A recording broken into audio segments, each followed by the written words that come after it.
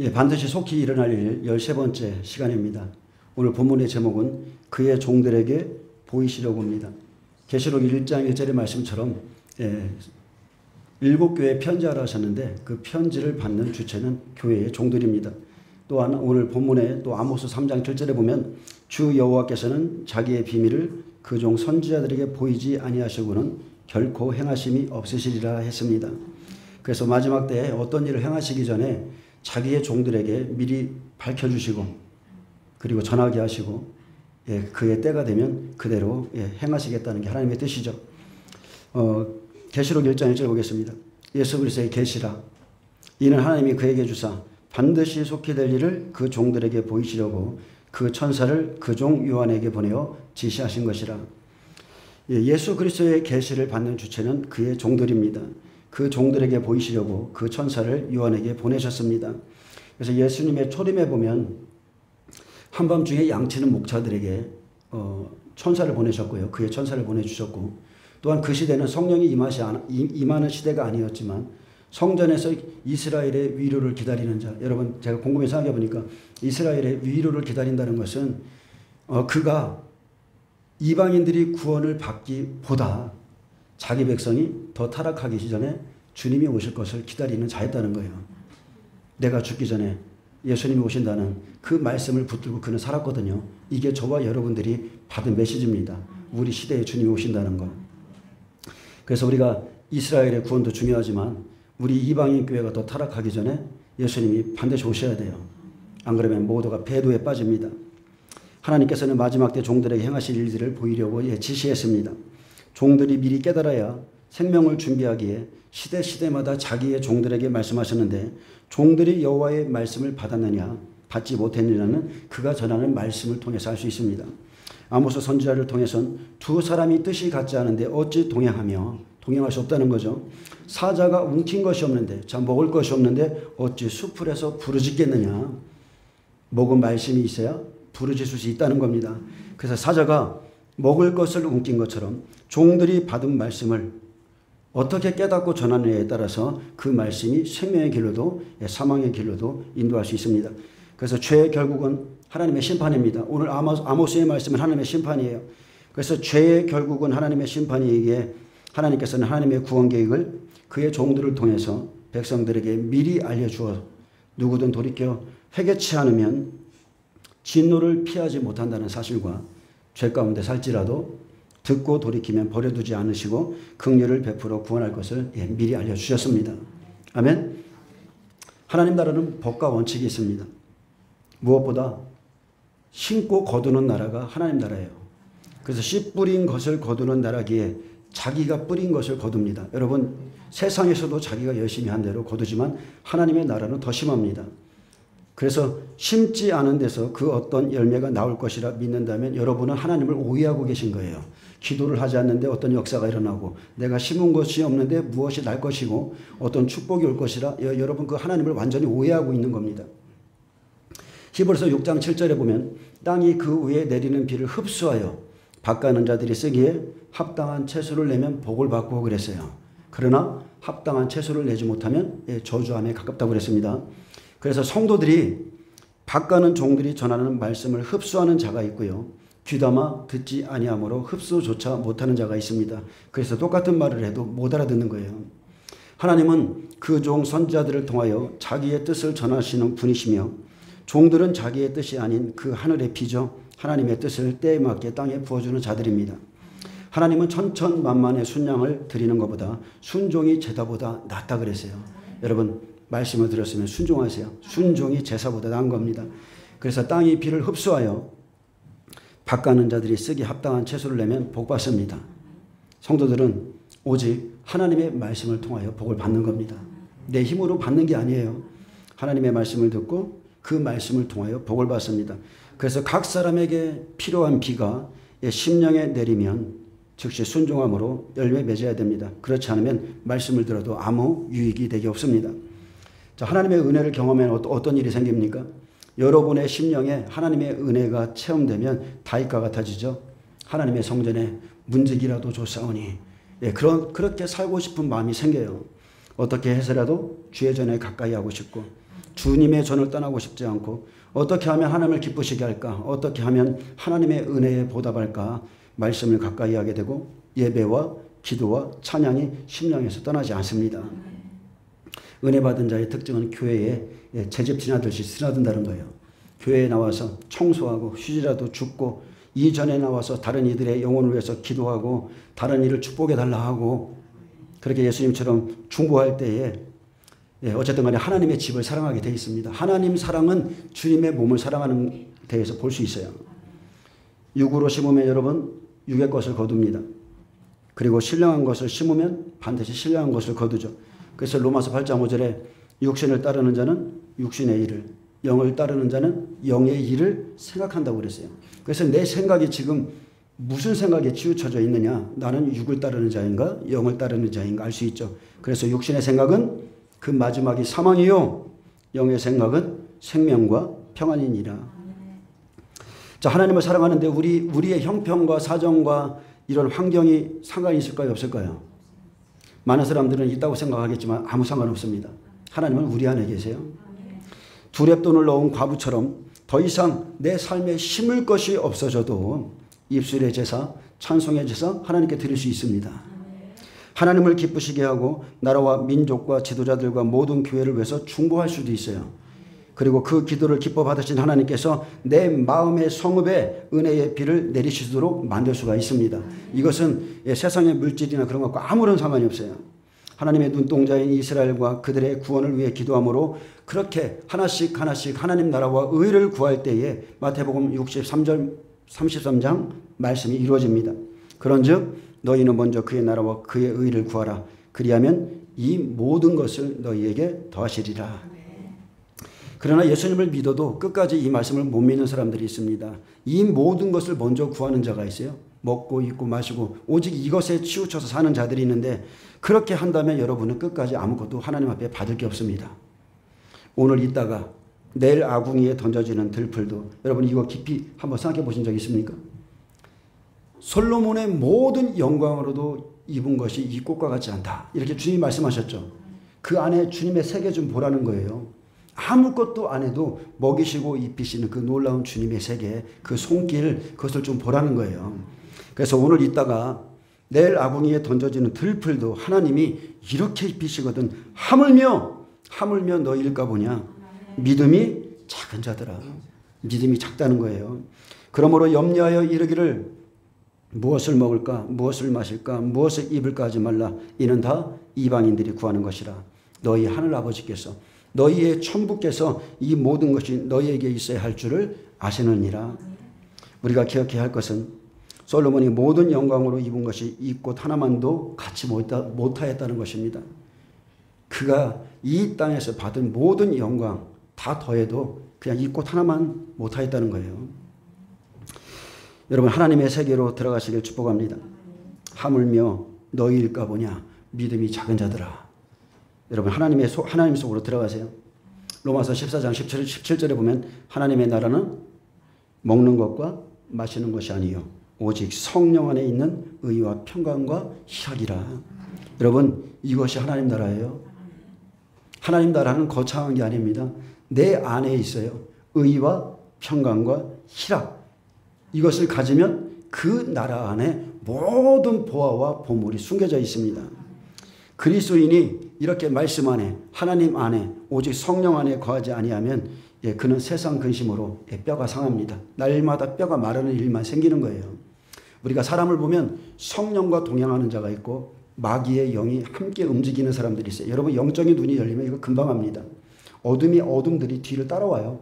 한 사람이 들어오는데 근데 어떤 사람은 빛 가운데 옵니다.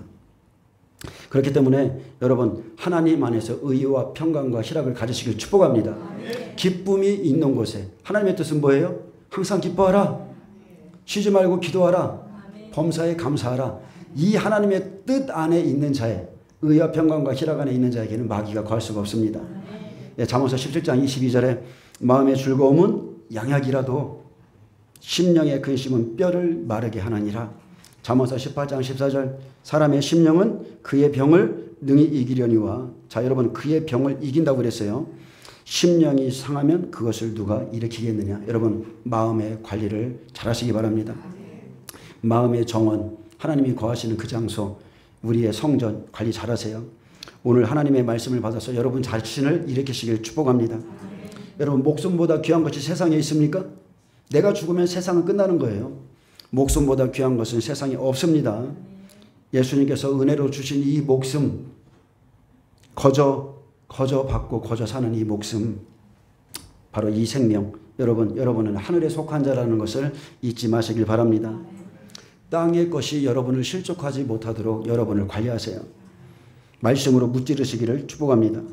내가 너에게 이르노니 목숨을 위하여 무엇을 먹을까 무엇을 마실까 몸을 위하여 무엇을 입을까 염려하지 말라.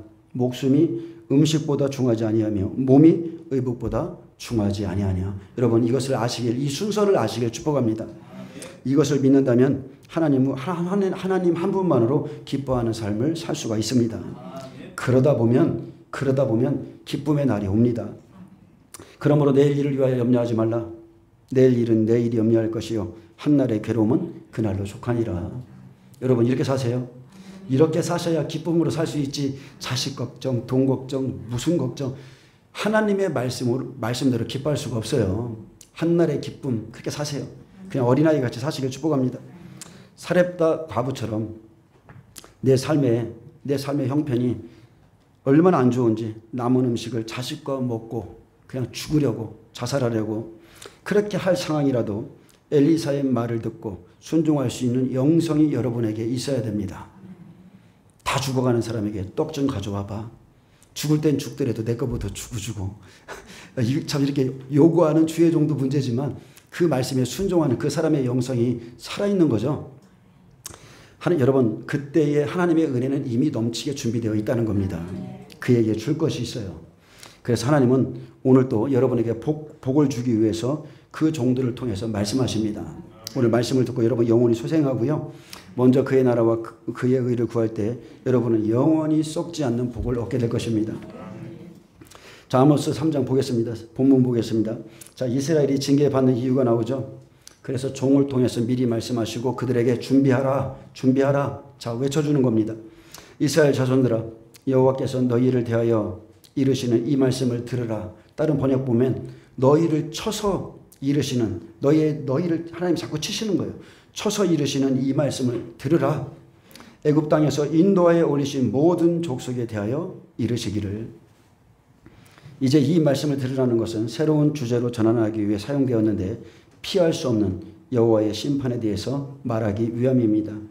자, 이 징계를 받는 대상은 애굽 땅에서 인도하여 올리신 모든 족속에 대해서 이르셨습니다. 하나님은 심판을 정한 후에 그 다음에 말씀하세요. 그래서 이런 표현을 사용하신 것은 이 권고가 이스라엘 백성만을 위한 것도 아니라 남유다의 백성까지도 해당하는 것으로 하나님은 모든 족속을 구원하신 하나님이십니다. 그래서 애굽 땅에서 이스라엘 백성을 이끌어낸 하나님께서 이방인들을 세상에서 이끌어냈죠. 그래서 마지막 때 약속은 이스라엘 백성이나 이방인이나 똑같습니다. 똑같이 적용됩니다. 내가 땅의 모든 족속 가운데 너희만을 알았나니 그러므로 내가 너희 모든 죄악을 너희에게 보응하리라 하셨나니. 참 얼마나 놀라운 말씀입니까? 내가 땅의 모든 족속 가운데 너희만을 알았다. 너희만을 사랑했다. 이 말씀의 뜻은요, 하나님은 이스라엘과 맺은 언약의 근거에서 말씀하고 계신다는 사실입니다. 우리는 언약 백성이죠. 구약만 언약 백성이 아니라 신약도 언약 백성이에요. 말씀의 법이 있습니다. 그래서 히브리어 야다로, 알았다는 뜻은 히브리어 야다입니다. 부부의 친밀한 그 관계처럼 지극히 절친한 관계를 나타낸다는 것으로 특별하게 선택하였다는 의미로도 사용됩니다. 내가 너희만을 특별하게 선택했다. 내가 너희만을 알았다는 뜻이죠. 그래서 이스라엘은 하나님의 특별한 소유로서 애굽에서 구원받은 여호와의 거룩한 백성입니다. 그런데도 그들은 구원받은 후에 얼마 지나지 않아서 조각칼로 새겨진 금송아지 형상을 만들어 놓고도 이는 너희를 애굽 땅에서 이끌어낸 너희의 신이로다 말한 사람들이었죠. 근데 이들만 그럴까요? 구원받은 그리스도인도 며칠 지나지 않으면 금송아지를 만들어 놓고 우리의 하나님을 그렇게 만들어 놔요. 이것이 우리를 구원한 신이라 이렇게 믿고 금송아지에게 절하는 겁니다. 예수님을 믿을 때 그렇게 믿어요. 내가 너희만을 알았다는 것은 구약에서는 이스라엘 백성, 신약에서는 예수님을 믿고 구원받은 모든 백성을 지칭합니다. 그러므로 내가 너희 모든 죄악을 너희에게 보응하리라 하셨나니, 자, 이스라엘이 징계받는 원인이 제시됩니다. 내가 너희 모든 죄악을 너희에게 보응하리라. 자, 하나님은 이스라엘을 사랑하고 특별히 여기셨지만 그들은 하나님의 계명을 떠나서 범죄하였기 때문에 회개치 않는 모든 죄를 심판할 것을 말씀했습니다. 이것 또한 마지막 때 약속이죠. 쭉 참고 길이길이 기다려 주시다가 이제 때가 되면 심판하시는 거죠. 그래서 하나님은 하나님의 백성된 자들의 모든 죄값을 보응하시기에 반드시 말씀에 나를 비춰봐야 됩니다. 말씀을 통해서만 내 죄를 볼 수가 있어요. 아무리 열심히 기도해도 내 죄 못 봅니다. 말씀은 기차에 내릴 것 같죠. 말씀 없이 기도만 열심히 하고 임재 안에 있다고 죄를 깨닫는 게 아니에요. 말씀을 듣거나 그리고 내 안에 말씀을 갖고 있을 때 성령께서 말씀을 통해서 회개로 우리를 이끌어 주시죠. 진리가 없이 기도만 하는 신앙, 무당 같은 신앙입니다. 무속신앙입니다. 그것은 완전히 무속신앙이에요. 그들과 우리의 차이점은 하나님이 우리에게 언약한 말씀이 없다는 거예요. 그래서 요한일서 3장 4절에서 5절에 보면 죄를 짓는 자마다 불법을 행하나니 죄는 불법이라. 그가 우리 죄를 없애려고 나타나신 것을 너희가 아나니 그에게는 죄가 없느니라. 예수님은 우리의 죄 문제를 해결하기 위해서 육체를 입고 오셔서 이 십자가에 달리셨습니다. 그렇기에 예수를 믿는다는 것은 입으로 시인하고 고백하는 것으로 그치는 게 아니라 이제 죄의 삶에서 완전히 방향을 바꿔서 거룩함으로 나가는 겁니다. 우리는 기도합니다. 주님, 알고도 지은 죄, 모르고도 지은 죄 다 용서해 주세요. 완전히 회개를 하는데 그냥 뭉퉁거려서 회개하는 사람들 많습니다. 근데 회개란 그런 것이 아니죠. 회개는 내가 하나하나 시인하고 고백한 죄만 용서받습니다. 예수님을 처음 믿는 자손들이라면 조상들의 죄부터 시작하죠. 조상들의 죄부터 하나하나 이렇게 입술로 고백하고 또 나의 죄를 고백하다 보면 계속 시켜요. 하나님이 계속 시킵니다. 성령으로 기도할 때 하나하나 작은 죄까지도 생각나고 계속 시키다가 어느 순간이 되면 하나님이 이제 그러한 회개를 딱 멈추게 하세요. 됐다는 거예요. 받았다는 겁니다. 그리고 이제는 자기 발만 씻으면 되는 거예요. 아멘? 그렇게 주님이 우리에게 목욕시키는 거예요. 영적으로 깨끗하게. 그래야 주님이 우리 안에 풍성하게 거할 수가 있습니다. 그래서 회개는 하나님의 우리가 알 수 있는 것은 우리가 시인하고 고백한 죄만 용서받는다는 겁니다. 날마다 발을 씻으라고 그랬어요. 회개는 하나님의 은혜 없이 할 수 없습니다. 여러분, 성령의 은혜 없이 회개가 됩니까? 절대 안 돼요. 입술에 고백만 나오는 거예요. 진정으로 성령 안에서 회개하지 않는 자는 개와 돼지 같습니다. 똑같은 죄를 반복하는 거예요. 그래서 회개는 하나님의 은혜 없이 할 수도 없고 회개는 창자가 끊어지는 고통이 있기 때문에 진정으로 회개한 사람들은 죄 짓는 것을 굉장히 두려워합니다. 죄의 대가 지불. 하나님은 용서하시지만 그 죄의 대가를 지불하는 시간이 너무 길어요. 고통스러워요. 그래서 죄를 지면 안 되겠구나. 내가 죄를 졌더니 내 삶에 이러한 문제가 오네. 내가 이런 문제에 오랫동안 빠져있네. 이것을 깨닫게 나면 그 다음부터는 죄를 안 짓습니다. 고통이 있기 때문에 죄를 안 짓습니다. 그래서 죄에 대한 하나님의 징계는 택한 자들에 대한 사랑의 표현이기도 합니다. 하나님은 그들이 징계를 통해서 돌아오길 기대하고 계시기에 구원받은 세상의 모든 백성들은 애굽에서 죄를 지은 만큼 여러분 철저히 회개하셔야 됩니다. 하나님은 각 사람의 죄를 보응하시는 분이시기에 하나님께로부터 나온 자, 하나님의 씨를 받은 자는 반드시 죄를 미워하게 되어 있습니다. 그래서 요한일서 3장 9절에 하나님께로부터 난 자마다 죄를 짓지 아니하나니 이는 하나님의 씨가 생명이죠. 말씀이죠. 하나님의 영이죠. 이는 하나님의 씨가 그의 속에 거함이요 그도 범죄하지 못하는 것은 하나님께로부터 났음이라. 그래서 하나님께로부터 난 자와 나지 않는 자를 딱 보면 금방 알 수 있어요. 자, 3절 보겠습니다. 두 사람이 뜻이 같지 않은데, 자, 의합지 못하고야 이런 뜻이죠. 두 사람이 뜻이 같지 않은데 어찌 동행하겠으며. 여호와의 말씀을 받은 선지자라면, 하나님을 증거하는 증인이라면 하나님과 뜻이 반드시 같아야 동행합니다. 하나님의 영이 계속 하나님의 하나님의 말씀을 거스르면 하나님의 영이 그 사람과 동행하지 않습니다.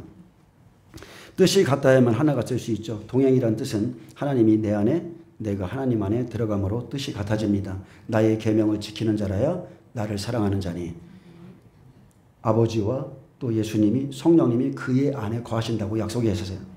그래서 아모스 선지자의 예언적인 권위는 첫째, 하나님과의 의견이 일치한다는 것입니다. 두 사람의 이 의견 일치가 없이는 절대로 동행할 수가 없습니다. 하나님께서 예언적인 말씀을 그에게 주셨기에 아모스 선지자의 예언은 하나님의 뜻과 일치했습니다. 그러므로 하나님의 뜻을 증거하지 않으면 안 되었어요. 하나님의 말씀을 받은 자는 반드시 증거해야 됩니다. 그래서 뜻이 같지 않으면 하나님과 절대로 함께 동행할 수도 없고요. 여러분, 사람과의 동행도 안 됩니다. 여러분, 말이 맞아야 대화가 돼야 함께 할 수 있는 거예요. 심판을 담대히 외칠 수 있는 것은 하나님의 뜻과 같기 때문입니다. 예레미야가 하나님의 말씀을 받아 외쳤을 때 거짓 선지자 하나냐가 나왔죠. 근데 거짓 선지자 하나냐는 하나님께 받은 말씀이 아무것도 없었습니다. 받은 것이 없이 하나님의 뜻이라 외쳤는데 하나님은 그에게 조금도 말씀하신 것이 없었어요. 4절 보겠습니다. 사자가 움킨 것이 없는데 어찌 수풀에서 부르짖겠으며 젊은 사장과 잡은 것이 없고야 어찌 굴에서 소리를 내겠느냐. 자, 3절을 다시 설명하죠.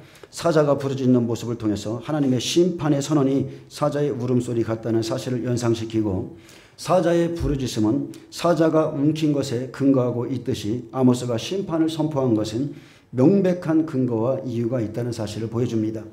선포의 근거는 하나님의 말씀에 기초하고 선포하는 이유는 번영함으로 이스라엘이 범죄하였기 때문입니다. 그래서 아모스 선지자에게 말씀을 전하라 했어요.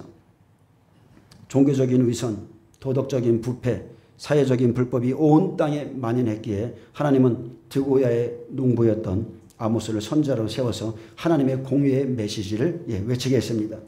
그래서 사자가 배가 고픈데 먹을 양식으로 짐승을 잡으면 소리를 내죠. 으르렁 소리를 냅니다. 마찬가지입니다. 증인이 받은 말씀이 없고야 어찌 부르짖습니까? 내 속에 하나님의 말씀이 없는데 어떻게 부르짖을 수가 있어요? 준비한 양식이 있어야 세상에 속한 자들에게 외치는 겁니다. 사자가 움킨 것이 없고야 어찌 수풀에서 부르짖겠느냐. 하나님의 종들이 하나님의 말씀을 받지 않고서야 어떻게 나가서 부르짖겠느냐.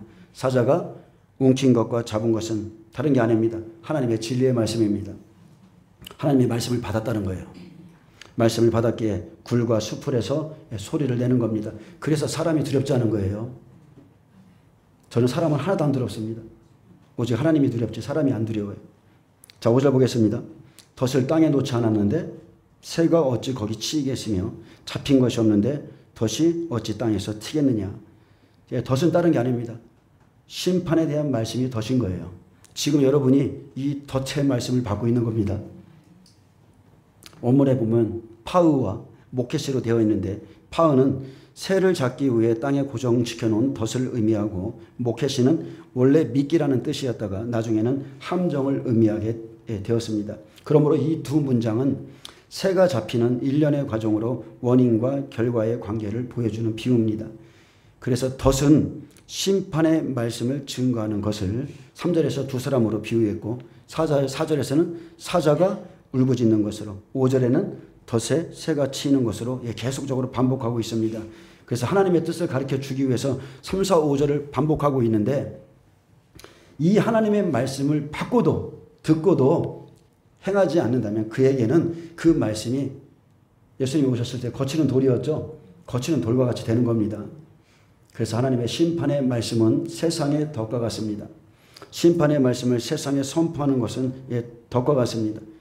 하나님의 심판의 말씀을 증거하면 새가 그물에 걸린 것 같이 말씀에 걸리는 자, 그날의 말씀에 걸리는 자는 땅에서 튀게 되죠. 사람들은 말씀 없이요 죄가 죄인지를 절대 모릅니다. 절대로 몰라요. 하나님의 심판의 말씀은 죄악의 보응을 위해서 계획하신 것이고 그것을 세상에 증거하는 것은 지금 덫 올무를 놓는 것과 같습니다. 그래서 올무를 놓듯이 말씀을 먹은 만큼 준비한 만큼 종들은 외치고 내놓을 수 있고요. 심판의 말씀을 전하고 말씀대로 살지 않으면 새가 덫에 걸린 것 같이 환난 날에 여러분 재앙을 만납니다. 그러므로 어찌 두려워하지 않겠는가? 하나님의 말씀은 우리에게 덫이 될 수도 있고 생명이 될 수도 있습니다. 그래서 환난 전에, 지금 환난 속에 들어가기 전에 어떤 말씀을 받았으며 어떤 말씀을 믿었느냐에 따라서 환난 안에서의 상황이 완전히 달라지는 겁니다. 아멘. 그래서 미련한 자, 마태복음 25장에 생명이 없는 그런 미련한 처녀들은 미리 외쳐줄 때는 두려워하지 않다가 그때 가서야, 환난이 일어서야 두려워하죠. 미련한 다섯 처녀가 환난에 들어가서 너희 기름을 좀 나눠달라, 우리의 등이 꺼져간다, 그렇게 부탁하다가 결국은 혼인잔치에 문이 닫히고 주여 주여 우리에게 열어주소서 외치지만 이미 때가 늦었습니다. 그리고 그들에게 돌아온 말씀은 내가 너희를 알지 못하노라, 도무지 알지 못하노라. 사자가 울부짖듯이 외쳐줄 때 미리 준비하지 않는다면 그날에 공의의 하나님을 여러분은 두려워하게 될 것입니다. 왜요? 내가 한 그 말이 마지막 날에 그를 심판하리라. 그래서 미리 알려주는 거예요. 미리 죄악 가운데 있는 자는 죄악에서 돌이키고 이제 주의 재림이 가까웠으니까 이제 정리할 것 정리하고 거룩하게 생활하라. 이렇게 지금 말씀하는 겁니다. 6절 보겠습니다. 성읍에서 나팔이 울리는데 백성이 어찌 두려워하지 아니하겠으며 여호와의 행하심이, 여호와의 시키심이 없는데 재앙이 어찌 성읍에 임하겠느냐. 다 이유가 있다는 거죠. 이것은 실상입니다. 나팔이 울리는 날이 옵니다. 6절을 위해서 지금 계속 3절에서 5절까지 설명하고 있는데 이제 앞에서 전개한 비유의 본래 의도대로 성읍에서 나팔이 울릴 때 실제 하나님의 심판으로 인해 재앙이 임할 것을 말합니다. 그리고 심판이 시작되고서야 백성이 두려워하죠. 나팔은 히브리어 쇼파르입니다. 전쟁 때 공격하기 위한 신호고 군사행동을 정지시키는 신호며 적군이 쳐들어오는 것을 알리는 신호로 불렸지만, 자, 본절의 이 나팔은 어떤 성읍의 거민들에게 경고로 부는 나팔을 의미합니다. 나팔이 울리면 백성들이 두려워할 때 재앙이, 하나님이 말씀하신 그 재앙이 임할 것을 말하고 있습니다. 대부분의 사람들은 똑같아요. 언약 백성들에 대해서 하나님께서 심판을 외쳐줄 때는 두려워하지 않고 있다가 하나님의 재앙이 약속대로 이 땅에 임할 때서야, 그때서야 두려워합니다. 참으로 미련하고 어리석은 백성들이죠. 하나님은 자기의 비밀을 그종 선지자들에게 보이시고 행하신다 약속했습니다. 그렇게 심판이 이르기 전에 여호와의 말씀을 받은 선지자들의 그 예언의 말씀을 여러분 들으셔야 됩니다. 그래서 지금 저와 여러분이 갖고 있는 그 한일의 도표, 그것은 얼마나 귀한 도표인지 몰라요. 여러분이 그것을 딱 보고서 그냥 목사님이 줬나 봐. 여러분 그것은 여러분의 생명을 살리는 도표예요. 성경을 다 뒤져보세요. 구약과 신약에 짝을 져서 만들어 놓은 그 도표가 여러분을 살리는 겁니다. 오늘 도표 없는 분들 도표 가지고 가세요. 구약과 신약의 말씀을 다 성령의 계시를 받아서 만들어 놓은 도표예요. 환란이 시작되면 이런 일이 있고 1나팔, 2나팔, 1300년 1260일 두 증인이 죽고 나면 부활이 있을 것이다. 휴거가 있을 것이다. 예배처로 가는 사건이 있을 것이다. 1335일까지 30배 믿음의 사람들이 짐승의 표와 우상에게 경배하지 않고 목배임을 당해야 된다. 여기까지가 추수의 끝이다. 그런 도표가 여러분, 그게 정말 하나님이 우리에게 주신 것을 감사해야 됩니다. 말씀을 통해서 반드시 일어날 일들을 미리 알게 하시고 준비케 하신 것에 감사할 줄 아셔야 됩니다. 미리 준비한 자 다음 세대에 쓰임받습니다. 하나님의 뜻을 아는 자는 지금 맡은 바 삶에 늘 충성하면서 다가올 시대를 준비하고 계시면 됩니다. 계시록 1장 1절에 반드시 속히 일어날 일들을 그 종들에게 보이시려고 하나님께서는요, 아무리 패역한 족속이라도 그들에게 계속적으로 돌이킬 기회를 주시고 그 다음에 심판을 행하시기에 마지막 때 종들에게도 반드시 속히 일어날 일들을 보여주십니다. 성읍에서 나팔이 울리고 재앙이 성읍에 임하는 것, 하나님께서 말씀하신 그대로 반드시 이루어집니다. 아멘.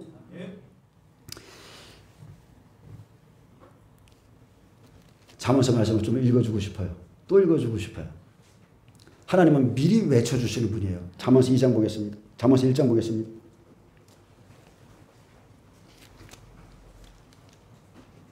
잠언서 1장 20절 보겠습니다. 제 아모스 선지자에게 말한 것이 잠언서 1장 20절 말씀과 똑같습니다.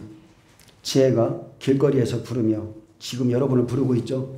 성중에서 소리를 높이며 시끄러운 길목에서 소리를 지르며 성문 어귀와 성중에서 그 소리를 발하여 이르되 너희 어리석은 자들은 어리석음을 좋아하며 거만한 자들은 거만을 기뻐하며 미련한 자들은 지식을 미워하니 어느 때까지 도대체 어느 때까지 하겠느냐. 나의 책망을 듣고 돌이키라.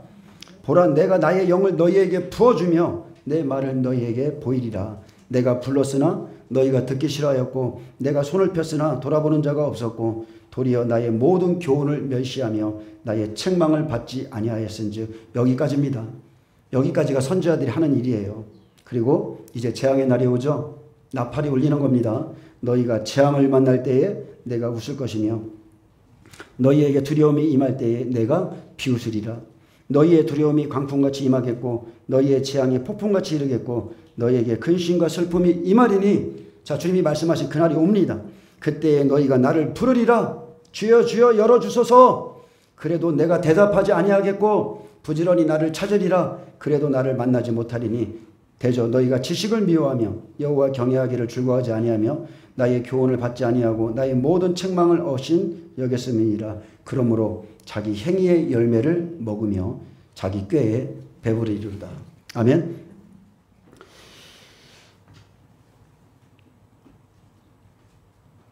마지막 때 종들은 사명만 가지고는 살 수가 없습니다. 반드시 하나님의 말씀을 먹어야 됩니다. 끝까지 하나님과 동행하면서 시대적인 말씀, 하나님의 뜻을 쫓아가야 되죠. 만일 그가 심판의 말씀을 듣고도 그냥 세상을 버리지 못한 채 여전히 한쪽 마음에는 세상이 있어요. 그냥 사명만 가지고서 일하다 보면 결국은 성경에서 말하는 자기 뜻, 자기 일, 자기 밭, 아멘. 그러다가 그냥 불법을 행하다가 주님 만나는 겁니다. 그래서 종들은 다른 게 없어요. 계속적으로 하나님께 기도함으로 말씀을 먹고, 아멘. 예, 그 뜻만 쫓아가면 되는 거예요. 선포하고 또 기도하고, 선포하고 기도하고. 마태복음 24장 마지막 때입니다. 종말에는 두 부류의 종이 있다고 그랬어요. 충성되고 진실한 종이 있고 악한 종들도 있습니다. 예, 주인에게 그 집 사람들을 맡아 때를 따라 양식을 나눠주는 종과 또 한편으로는 주인이 더디오리라고 생각하는 이런 종으로 쫙 나눠진다고 그랬어요. 그래서 여호와의 말씀을 받은 자들은 끝까지입니다. 하나님의 뜻을 따라서 계속 심판의 메시지 나팔을 불어줘야 됩니다.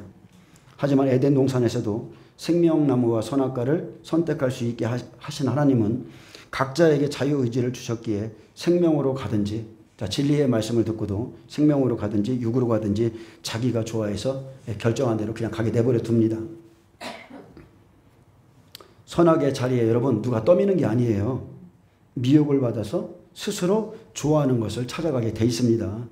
이 세상에서 자기 생명보다도 귀한 것이 없기에 여러분 해 아래에 있는 모든 것, 해 아래에 있는 모든 수고는 헛되다는 것을 좀 완전히 깨달으시길 축복합니다. 사실은 그런 생각이 좀 들어요. 우리의 눈을 열어주셔서 여러분에게 지옥의 실상을 1분만 보여준다면 여러분이 하는 해 아래에서의 모든 수고가 다 헛되다.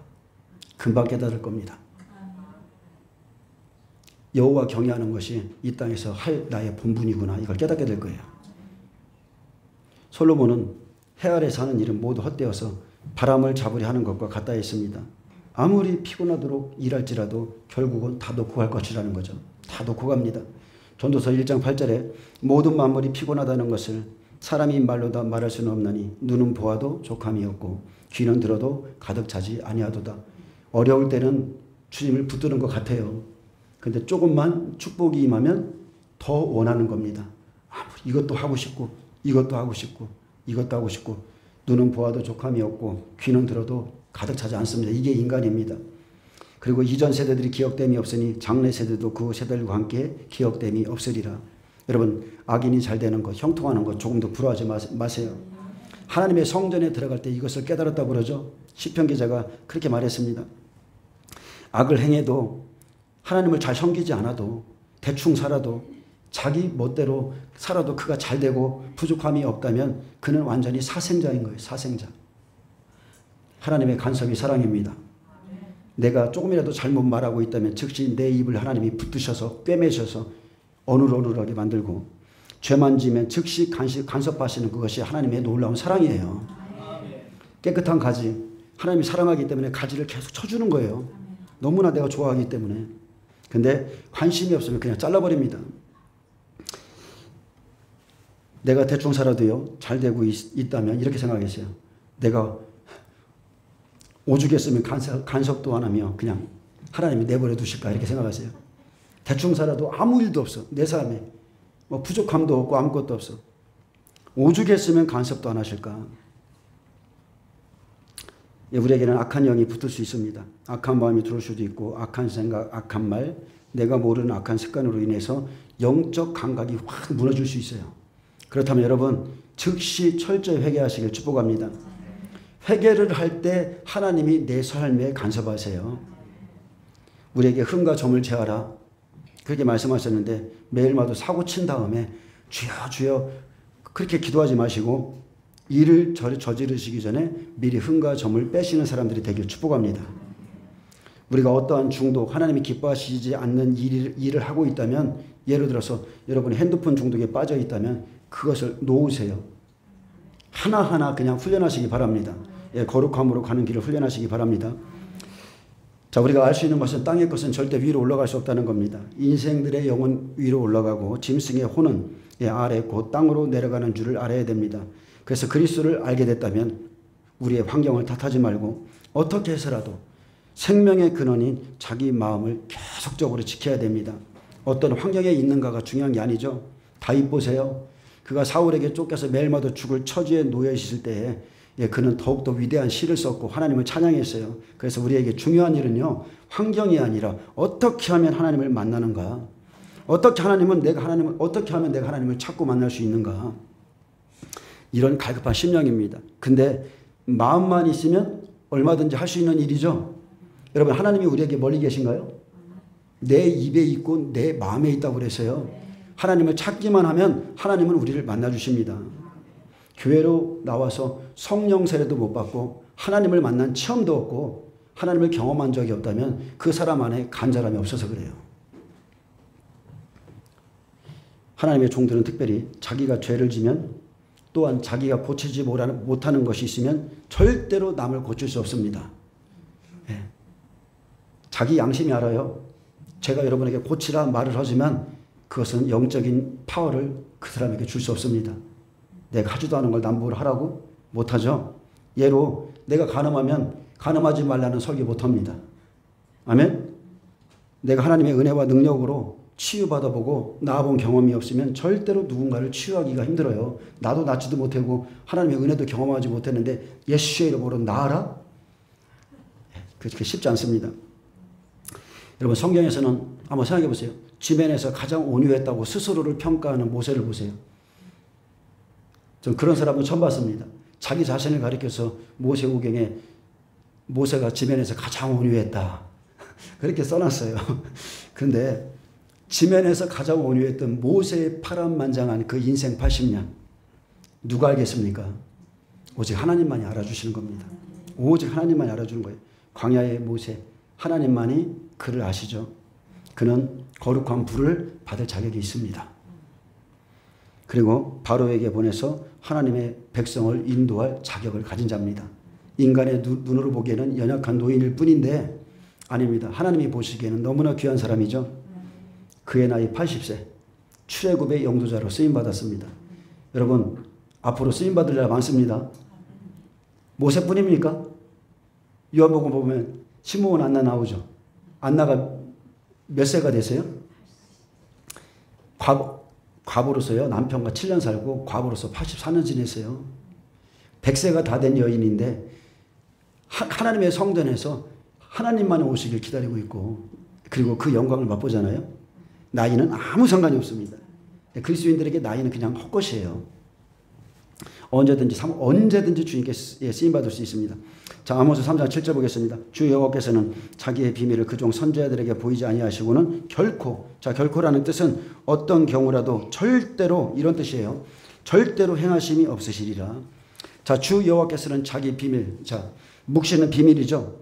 히브리서 소드인데 긴밀한 수기를 위한 사람들의 무리 친밀한 내부의 의논이라는 뜻이고 비밀한 협의를 의미합니다. 그래서 하나님과 동행하는 자가 하나님의 비밀을 계시받는다는 거예요. 심판의 날 이스라엘 백성 구원받는 것, 그리고 그들을 심판하는 것, 이것도 비밀이고, 부활의 시기, 휴거의 시기, 30배들이 구원받는 시기, 다 하나님의 말씀은 비밀이죠. 하나님께서 깨닫게 하실 때에야 세세하게 깨달을 수 있는 거예요. 야, 우리는 다 천국 간다. 근데 자세히 들여다보니까 천국은 가긴 가되 30배의 믿음, 60배의 믿음, 100배의 믿음대로 시하늘로 가는 자가 있고 새 땅에 들어가는 자가 있고 낙원에 들어가는 자가 따로 있다는 거죠. 그래서 그런 비밀들을 하나님 알려주신다는 겁니다. 아모스 9장 9절에서 10절에 보면 보라, 내가 명령하여 이스라엘 족속을 만국 중에서 체질하기를 채로 체질한가 자려니와 그 한 알갱이도 땅에 떨어지지 아니하리라. 알갱이, 알곡들은 절대로 땅에 떨어지지 않습니다. 내 백성 중에서 말하기를 화가 우리에게 미치지 아니하며 이르지 아니하리라 하는 모든 죄인은 칼에 죽으리라. 자, 하나님의 뜻을 거들러서 아니야, 하나님은 우리를 심판하지 않아, 우리는 환난 속에 들어가지 않아, 이렇게 말하는 모든 죄인은 하나님의 칼에 죽는다고 그랬습니다. 그래서 하나님이 사랑하는 사람에게 깊은 관계성을 통해 미리 알려주시는 계획들은 모든 사람의 것이 아닙니다.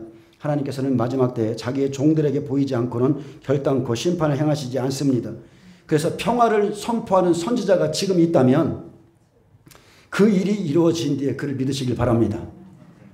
예레미야 9장 8절은 말합니다. 그들의 혀는 죽이는 화살이라. 거짓을 말하며 입으로는 그 이웃에게 평화를 말하나 마음으로는 해를 꾸미는도다. 하나님의 뜻이 아니에요. 지금 하나님의 뜻은 평화를 외치는 게 아니라 경성함과 깨어있음을 선포하는 것이 하나님의 뜻입니다. 회개하라, 회개하라. 이제 깨어 일어나서 심판의 주를 맞을 준비해라. 이렇게 선포하는 게, 예수님의 재림을 준비하라 외치는 게 하나님의 뜻입니다. 그 종 선지자들에게 보이지 아니하시고서는 결코 행하심이 없으시리로다. 하나님은 어느 시대든지 똑같습니다. 시대마다 종들에게 미리 알려주셨고 준비시키셨고 그리고 나서 행하셨습니다. 항상 그렇게 하셨어요. 항상. 자, 8절 봅니다. 사자가 부르짖은즉 누가 두려워하지 아니하겠느냐. 주 여호와께서 말씀하신즉 누가 예언하지 아니하겠느냐. 사자가 부르짖으면 두려움이 오죠. 똑같습니다. 심판의 말씀을 제대로 받은 주의 종들이 외치면 백성들이 두려워하게 돼 있습니다. 누가 두려워하지 않겠느냐? 우리가 일반적으로 생각하면 자, 불신자도 두려워하지 않죠. 그죠? 믿지 않는 자. 그러니까 우리의 생각과 틀려요. 하나님의 말씀을 들으면 두려워하는 자가 누구냐면요, 하나님을 경외하는 자만이 두려워해요. 대충 믿는 사람들은요, 하나님의 말씀을, 심판의 말씀을 듣고 한 귀로 다 흘려버립니다. 그들에겐 두려움이 없어요. 근데 생명으로 가는 자, 성령님의 인도를 받는 자, 진정으로 하나님의 나를 갈망하는 자들은 사자가 부르짖을 때 두려워하게 돼 있습니다. 그러나 듣고도 끝까지 돌아오지 않으면 멸망을 당합니다. 예레미야 5장 21절에 어리석고 지각이 없으며 눈이 있어도 보지 못하며 귀가 있어도 듣지 못하는 백성들은 하나님을 두려워하지 않는다 했습니다.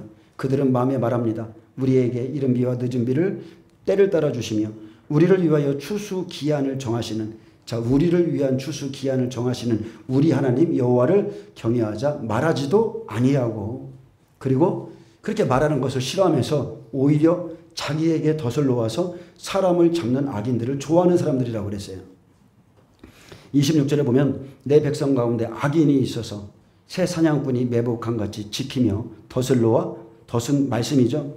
사람을 잡으며 새장에 새들이 가득함같이 너희 집들에 속임이 가득하도다. 하나님의 집에 거짓말이 난무합니다. 하나님의 뜻과 다른 말씀이 선포됩니다. 그리고 30절에 말합니다. 이 땅에 무섭고 놀라운 일이 있도다. 선지자들은 거짓을 예언하며 제사장들은 자기 권력으로 다스리며 내 백성은 그것을 좋게 여기니 마지막 날에는 너희가 어찌하려느냐. 그래서 예레미야 6장 10절은 말합니다. 내가 누구에게 말하며 누구에게 경책하여 듣게 할꼬. 보라, 그 귀가 할례를 받지 못하였으므로 듣지 못하는도다. 보라, 여호와의 말씀을 그들이 자신들에게 욕으로 여기고 이를 즐겨 아니하니 그러므로 여호와의 분노가 내게 가득하여 참기 어렵도다. 마지막 때 심판의 말씀, 여러분 이게 쉽습니까?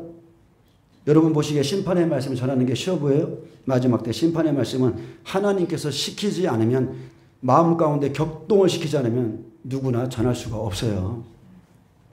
에스겔 2장 8절에서 10절에 보면 두루마리 책 안팎에 기록한 하나님의 말씀은 애가와 애곡과 재앙의 말에 기록되었다고 그랬어요. 계시록의 말씀도 똑같죠. 애가입니다. 애곡입니다. 재앙의 말이 기록되어 있습니다. 하나님께서 심히 패역한 족속에게 그 말을 전하도록 보내셨기에 그들을 두려워하지 말고 그들이 듣든지 아니 듣든지 너는 내 말로 고할지어다 그랬어요. 일단은 그들에게 듣게 하라. 일단은 그들에게 듣게 하라. 선택은 그들의 목이다. 그래서 슬픔과 애가의 말씀은 하나님이 전하라 시킨 것입니다. 그 일을 위해서 에스겔, 예레미야, 세례 요한 마지막 때 종들을 다 지명하시죠. 예레미야 1장 5절은 말합니다. 내가 너를 모태에 짓기 전에 너를 알았고 내가 배에서 나오기 전에 너를 성별했고 너를 여러 나라의 선지자로 세워놓으라 하시기로 내가 이르되 슬프도소이다. 주 여호와여 보소서 나는 아이라 말할 줄을 알지 못한 아이다. 나는 아이라고 겸손히 말할 수 있는 이런 영성을 가진 사람들은 쓰임받습니다. 주님 내가 할게요. 난 할 수 있어요. 몇 년 또 걸으셔야 돼요. 여러분 할 수 없다고 말하는 사람이 할 수 있는 거예요. 아멘. 내 안에서 주님이 일하실 수 있도록 비워만 드리면 하나님이 다 하십니다. 그때 9절 10절은 말합니다. 여호와께서 그의 손을 내밀어 내 입에 대시며 여호와께서 내게 이르시되 이게 은혜입니다. 자격이 없는데 그분의 손이 나에게 와서 내 입에 딱 대주시면서 보라 내가 내 말을 내 입에 두었노라.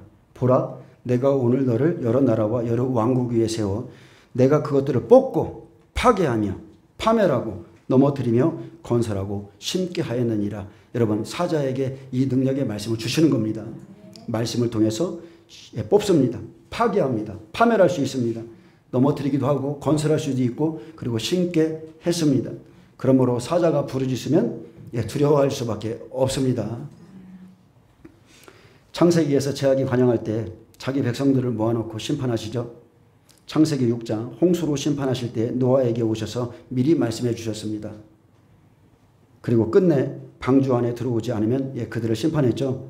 또한 창세기 18장에서 19장에 보면 아브라함 때 소돔성을 심판하실 것 미리 말씀하셨고요. 알려주셨습니다. 그리고 아브라함에게 기도하게 하셨고 경고했고 그 이후에 심판했습니다. 근데 심판의 말씀이 믿어지면 여러분 순종이 따라옵니다. 순종하게 돼 있어요. 심판이 믿어지면 기도하게 돼 있습니다. 근데 내 삶에 변함이 없는 것은 하나도 안 믿어진다는 거예요. 노아의 때에 정결한 짐승들을 방주에 들여보냈는데 그 짐승들이 여러분 생각해 보세요. 실제로 다 짐승이었다면 노아의 말을 듣고 짐승들이 둘씩 짝지어서 나올 수가 있습니까? 짐승이라면 산으로 도망가지 방주로 둘씩 그렇게 짝지어 올 수 있어요? 하나님은 비유로 말씀하시는 거예요. 많은 사람들이 육의 사람, 육의 몸이 있은즉 영의 몸도 있느니라. 육이 먼저라고 그랬죠. 신령한 것이 먼저가 아니라 육이 먼저예요. 예수님 오실 때 보세요. 육의 사람들이 먼저 있었고 사람들에게 생명의 빛이 비쳤을 때 신령한 사람이 생기는 겁니다. 니고데모에게 오셔서 네가 다시 한번 거듭나야 하겠다는 말을 알지 못하느냐? 물과 성령으로 나지 아니하면 하나님 나라에 올 수 없느니라. 여러분 사람은 두 번 나는 겁니다. 그래서 순서가 있어요. 순서. 창세기에 보면 하나님께서 이렇게 말합니다. 여호와 하나님이 이르시되 사람이 혼자 사는 것이 좋지 아니하니 내가 그를 위하여 돕는 배필을 지으리라. 자, 아담을 위해서 돕는 배필을 짓는다고 그랬어요. 근데 19절에 보면 여호와 하나님이 흙으로 뭘 져요? 짐승들을 짓는 거예요. 각종 들짐승과 공중의 각종 새를 지으시고 아담이 무엇이라고 부르나 보시려고 그것들을 그에게로 이끌어 가시니 아담이 각 생물을 부르는 것이 곧 그 이름이 되었더라. 짐승들의 이름을 불러줬는데 그 짐승들이 하나님이 원하시는 분량에 못 이르는 겁니다. 그래서 아담이 모든 가축과 공중의 새와 들의 모든 짐승의 이름을 주니라. 아담이 돕는 배필이 없으므로 그랬어요. 그래서 다시 한번 하나님이 일하시는 거죠. 이 말씀이 어렵나요? 이 말씀은 앞으로 일어날 일에 대한 예언적인 말씀이죠. 예수님이 오시기 전에 율법의 사람들이 먼저 있었어요. 이스라엘 백성들이 먼저 있었는데 그 사람들이 예수님을 배척하죠. 돕는 배필을 위해서 그들을 주님께 인도했는데 그들은 예수님을 거부했어요. 그래서 다시 그 은혜가 이방인들에게 넘어가고 저와 여러분에게 온 것입니다. 그래서 하나님은 노아에게 너는 정결한 짐승을 암수 7씩 부정한 것은 암수 2씩을 내게로 데려오라 하셨고 공중의 새까지도 암수를 구별해 7씩을 데려오라 하셨는데 어떻게 노아가 이것들을 데려올 수 있습니까? 구약은 모형이죠. 그림자입니다. 사람들을 비유로 들어서 짐승이라고 표현하죠. 구약은 생명 없는 사람을 짐승과로 기록하고 있습니다. 구약에서는 이스라엘 백성들이 이방인을 볼 때 다 짐승들로 봤어요. 생명 없는 사람들, 언약도 없는 사람들, 짐승으로 봤습니다. 그래서 모세 때 보세요. 레위기 11장에 정결한 짐승과 부정한 짐승을 비유로 기록했죠. 짐승 같은 심령이 있다는 겁니다. 그래서 시편 49장 12절에 보면 사람은 존귀하나 장구하지 못하며 영원하지 못하며 멸망하는 짐승 같도다. 또한 20절에는 존귀하나 깨닫지 못하는 사람은 그랬어요. 히브리어 빈입니다. 지적으로 분리하지 못하는 사람들, 인식하지 못하는 사람들, 하나님의 말씀을 인지하거나 분별하지 못하는 그 사람들은 멸망하는 짐승 같도다 했습니다. 그래서 레위기 11장은 정결한 짐승은 이스라엘, 부정한 짐승은 이방인을 비유로 그림자로 기록하신 것이죠. 그래서 율법으로 보여주신 것은 이방인과 유대인의 다 예표입니다. 그리고 예수님께서 오셔서 이 말씀을 성취했죠. 정결한 짐승은 자 어떻게 구별됩니까? 정결한 짐승을 그들은 구별되는데 되새김질하죠. 굽도 갈라져 있어요. 그래서 그 먹은 것을 끄집어내서 계속 말씀을 되새김질하죠. 굽이 갈라진 것은 복음의 신을 신었다는 뜻입니다. 근데 돼지가 굽이 갈라졌어도 부정한 이유는 소처럼 되새김질 안 하죠. 그래서 말씀을 바꿔도 여전히 하나님의 말씀을 바꿔도 그 되새김질하지 않는 사람들, 변화되지 않는 심령을 개와 돼지로 비유하신 것이고 말씀을 되새김질합니다. 근데 이상하게 굽이 안 갈라진 것이 있죠. 그렇듯이 말씀만 알지 구별되지 않은 사람들도 있다는 거예요. 그것도 부정한 짐승입니다. 그래서 정결한 물고기는 비닐과 지느러미가 있죠. 비닐로 자기 몸을 보호하고 방향을 가지고 산다는 거죠. 반면 부정한 물고기는 비닐도 없습니다. 지느러미도 없습니다. 그래서 생명으로 갈 때에 한 말씀 한 말씀 받아서 비늘이 다 덮여지는 거예요. 그래서 하나님의 전신갑주를 로마의 갑옷으로 비유했고 진리의 허리띠를 띠라, 의의 호신경을 붙이라, 평안의 복음의 신을 신으라, 믿음의 방패, 구원의 투구, 성령의 검, 곧 하나님의 말씀을 가지라. 그렇게 말한 겁니다. 그래서 새는 곡식을 먹는 새가 있고요. 사체를 먹는 새가 있어요. 그래서 정결한 새는 이스라엘 백성이 단단한 음식 먹고 자라는 것을 설명했고요. 이방인은 말씀이 없기 때문에 까마귀처럼 부정한 것을 그냥 다 집어먹습니다. 곤충도 부정한 게 있고 정결한 게 있죠. 곤충은 그냥 단순하게 뛰는 다리가 있느냐 없느냐 그걸로 나눕니다. 뛰어야 천국을 침노하죠. 천국은 항상 침노하는 자일 것입니다. 그래서 이스라엘 백성은 굽도 갈라지고 말씀도 되새김질하고 이방인은 말씀도 없었고 굽도 갈라지지 않았습니다. 이것을 레위기 11장에 쫙 갈라놓고 이들과 함께하지 말라고 그랬어요. 사도행전 10장에 보면 베드로가 복음을 전하기 위해서 고넬료의 가정에 보내질 때 딱 이 일이 일어납니다. 하늘이 열렸습니다. 보자기 한 그릇이 내려오는데 큰 보자기 안에 부정한 짐승들이 가득했죠. 그리고 하늘에서 소리가 나서 이르기를 베드로야 일어나 잡아 먹으라. 그러자 베드로가 말했습니다. 주여 그럴 수 없나이다. 속되고 깨끗하지 아니한 것, 이 부정한 것을 내가 결코 먹지 아니하였나이다. 보자기 안에 있는 동물이 뭐예요? 이방인 고넬료 가정의 모든 영적인 모습을 보여주는 거예요. 이방인 고넬료의 가정은 다 부정한 짐승들이다. 복음이 없는 그 짐승들, 그 안에는 땅에 기는 각종 네발 가진 짐승, 기는 것, 공중에 나는 것들이 있었고 이것을 잡아먹으라 했어요. 그래서 고넬료는 베드로가 말씀을 가지고 왔었을 때 주의 말씀을 듣기 원했죠. 그의 앞에서 고백했습니다. 이제 우리는 주께서 당신에게 명하신 것을 듣고자 해서 그의 종들에게 말씀하십니다. 다 하나님 앞에 있나이다. 우리는 하나님의 말씀을 주께서 당신에게 명하신 것을 듣고자 해서 우리가 지금 다 하나님 앞에 있나이다. 우리가 다 하나님 앞에 있나이다. 여러분 이게 말씀 받는 자의 태도입니다. 베드로가 나사렛 예수 그리스도를 증언했습니다. 그러자 즉시 이 말을 듣는 모든 사람에게 성령이 내려오셨죠. 이날 이방인들에게 성령이 부어졌고 그들은 방언도 말했고 하나님을 높이기 시작했습니다. 자, 여러분 복음 앞에 굴복하면 정결한 짐승이 되는 거예요. 굴복하지 않는 부정한 것들은 마지막 끝까지 굴복하지 않는 것들은 심판받습니다. 솔로몬 성전이 무너지기 전에 자, 하나님은 그의 종 예레미야를 통해서 외쳐주었고 미리 외쳐주었고 준비할 수 있는 시간을 충분히 줬죠. 그리고 그 후에 심판했습니다. 하나님은 분명하게 바벨론에 너희가 70년 동안 포로로 끌려갈 것이다. 이런 큰 계획을 가지시고 전하게 하셨는데 그때 거짓 선지자 하나냐가 나타나서 우리는 바벨론에 끌려가지 않을 거다. 애굽에 한 2년 정도만 갔다 오면 좋게 이렇게 거짓말을 계속 선포했어요. 그때 진리를 따르지 않는 자들 그들은 다 듣기 좋은 말 그럴듯한 말을 다 따라갔죠. 근데 결국 어떻게 됐어요? 바벨론에 다 잡혀갔습니다. 이스라엘 백성 70년 포로 생활할 때 예레미야 선지자에게 미리 외치게 하셨고 그 다음에 그들에게 포로 생활하게 하셨습니다. 소돔성을 멸하실 때도 마찬가지입니다. 아브라함을 통해서 기도하게 하셨고 세례 요한에게는 내 뒤에 오시는 이는 성령과 불로 세례를 베푸실 것이다. 성령으로 세례를 주시는 예수님께서 오셔서 자기의 타당마당을 정하고 이제 곧 심판을 행할 거야. 그렇게 말씀을 증거하게 하시고 예수님이 오셔서 주시는 거예요. 아멘. 마지막 시대 어떻습니까? 마지막 시대는 대표적으로 7교회가 있습니다. 에서 버드 사빌라 교회가 있어요. 근데 마지막 시대엔 빌라델비아 교회에게 먼저 다윗의 열쇠를 주는 거예요. 열린 하늘문. 그들에게 그것을 주어서 먼저 준비하도록 외치게 합니다. 그들이 가진 인내의 말씀이 뭡니까? 그들이 가진 인내의 말씀 장차 온 세상에 임하여 땅에 거하는 자들을 시험할 말씀이라고 그랬어요. 그들은 그걸 갖고 있었습니다. 그래서 미리 준비하도록 듣게 하시고 그 다음에 그래도 믿지 않는 자들 심판합니다.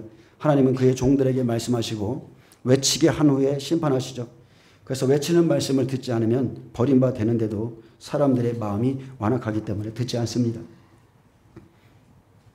좀 더 할까요? 네, 좀 더 하겠습니다. 자, 환란이 시작되면 일라팔에 7년 기근이 시작된다고 그랬죠. 이것은 정해진 사건입니다. 자, 땅에 피 섞인 우박과 불이 막 땅에 엄청 쏟아집니다. 3분의 1의 수목이 다 탄다고 그랬어요. 이나팔에 전 세계의 무역, 바다의 무역이 다 파괴되고 삼나팔은 이제 쑥물이죠. 은혜 시대 지금 복받아라, 부자 되라 이런 거짓 복음. 예수님은 그런 복음을 전한 적이 없어요. 그런 쑥물을 먹은 자들이 이런 하나님 못 믿겠다 배도하기 시작하고 마찬가지입니다. 율법 아래 사는 자, 세상에 잡힌 자, 거짓 복음을 믿은 자, 완악한 자들은 마지막 때의 말씀 듣고도 절대로 돌이키지 않습니다.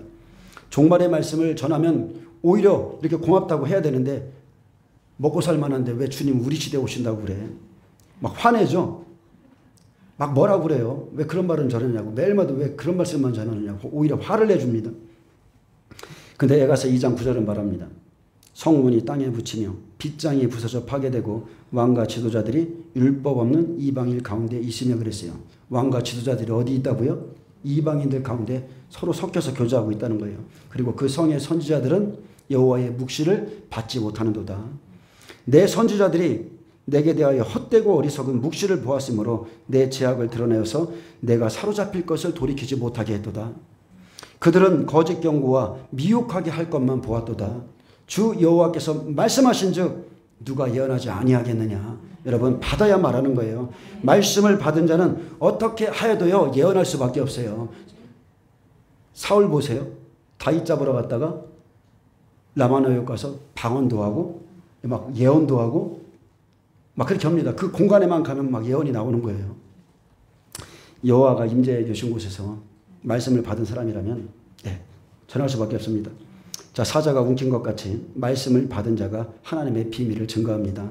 그래서 감추인 것들을 여러분 풀어줄 때에 듣고 순종한 사람 삽니다. 겸비하지 않는 자 반드시 죽습니다.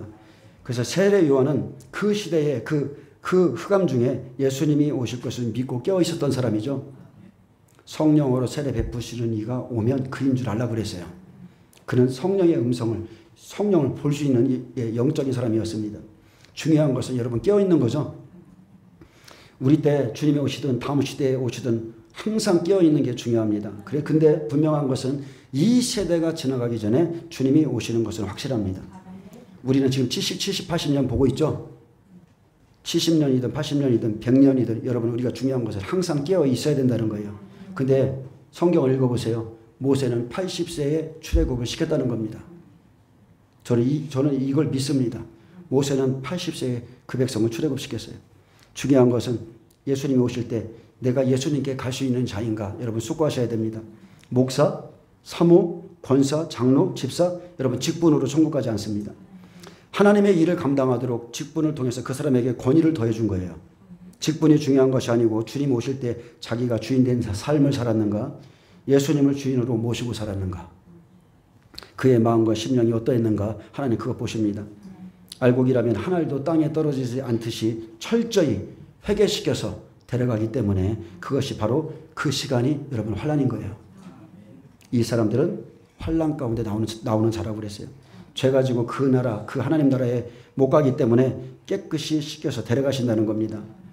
율법은 분명하게 거룩한 법이고 우리가 죄 아래에 있음을 깨닫게 하고 예수님 안에서 구원받은 자는 반드시 자복하고 통회하게 되어 있습니다. 그리고 여러분 정결함을 입고 준비하시기를 축복합니다. 자, 이제 말씀을 맺겠습니다. 우리가 하나님 앞에 설 때 딱 하나입니다. 여러분은 열매를 가지고 갑니다. 마태복음 7장 16절에 그들의 열매로 그들을 알지니 가시나무에서 가시나무 거짓 선지자입니다. 가시나무에서 포도 좋은 열매 나올 수 없죠. 포도를 또는 엉겅퀴 해서 무화과를 따겠느냐. 이와 같이 좋은 나무마다 아름다운 열매를 맺고 못된 나무가 나쁜 열매를 맺나니 좋은 나무가 나쁜 열매를 맺을 수 없고 못된 나무가 아름다운 열매를 맺을 수 없느니라. 아름다운 열매를 맺지 아니하는 나무마다 찍혀 불에 던져지느니라. 이러므로 그들의 열매로 그들을 알리라. 나더러 주여 주여 하는 자마다 다 천국에 들어갈 것이 아니요 다만 하늘에 계신 내 아버지의 뜻대로 행하는 자라야 들어가리라. 자, 계속 열매를 말하다가 나더러 주여 주여 하는 자마다 천국에 들어갈 것이 아니라고 그랬어요. 자, 저와 여러분의 신앙생활은 열매의 법칙입니다. 씨 뿌리는 법칙, 열매의 법칙이에요. 그래서 저 지금 이 안에는 30배 있습니다. 60배 있어요. 100배도 있어요. 그리고 뜰신앙도 있습니다.